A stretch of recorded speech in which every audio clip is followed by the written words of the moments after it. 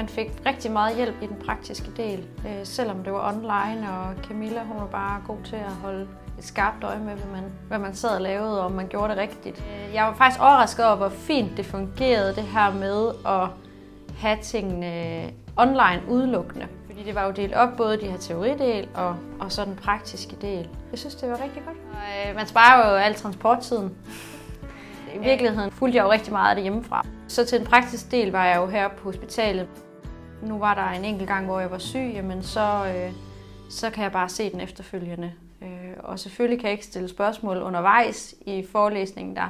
Men der er det alligevel så tilgængeligt, at det har været fint bare at kunne spørge næste gang eller skrive en besked.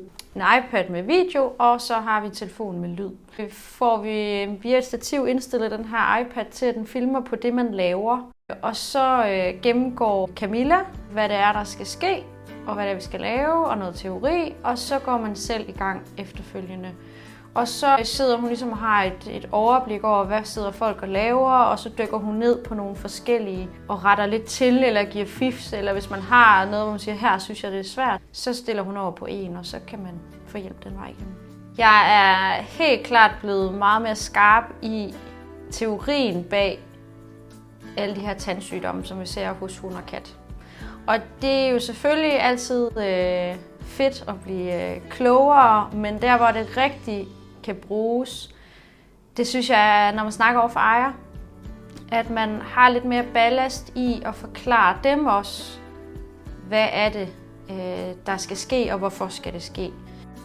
Nu har vi både lavet cases og røntgenopgaver, og det har ligesom tvunget en til at gå meget mere i dybden med tingene, end man egentlig når i sådan en travl hverdag. Hvorfor er det, vi gør, hvad vi gør, og hvornår er det, at vi skal gøre tingene, og hvad er det for nogle ting, vi egentlig skal kigge efter på de her røntgenbilleder, for at vi fanger alt det sygdom, der er.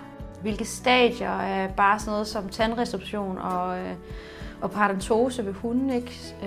Som vi ser hver eneste dag, men ligesom at helt præcis vide, hvad er det, vi har med at gøre, og hvad skal vi gøre ved det.